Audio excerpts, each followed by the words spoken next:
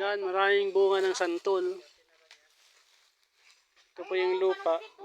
Diyan nalinisan na ng konti. Kaso, matapos.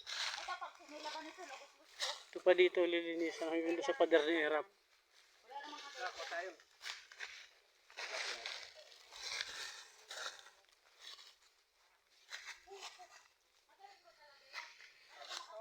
Sa kabila, nalinisan ng konti. So itong portion na lang ito nilinisan.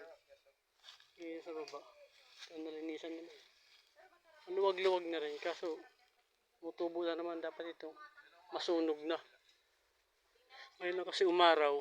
Siyempre isang puno ng santol. So yan pa dyan ang lilinisan. Hanggang doon sa baba.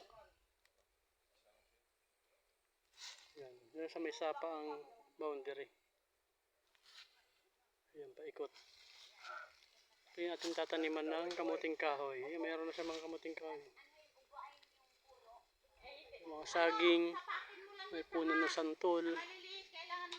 May mga ano pa yan dyan. Pinya sa gitna. May mga pinya yan dyan. Pinya.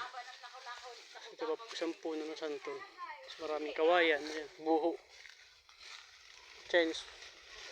Hindi man Chinese bamboo to. Buho.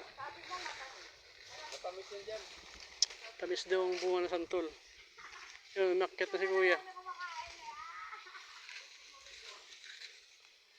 Ayan, masarap dito ang hangin. Kasi ilalim ng puno ng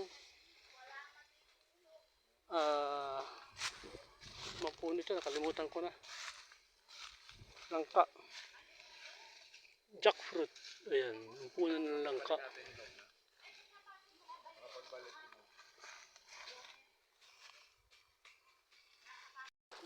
Ayan, galing na po kami doon sa lupa. Umakyat na kami. Meron kaming dalang napakaraming santol. Sa ilalim po nito, meron kaunting avocado pa. Tapos, saging. Ayan, saging. Oh, damit po. May saging, may bunga, may dahon. Tapos ito. Daming saging. Ito saging. Galing sa lupa ng may lupa. Ayan. Saging. Aming lote na nakuha. Ito may avocado dito sa ilalim. Malalaki. Ito maliit. Meron dito malaki. Andito po sa ilalim. Avocado. Yung lupa po namin, meron pala doon puno, may maraming bunga. May natira pa ngayon. Mataas po kasi, hindi abot. Kaya hindi naubos. Ayan.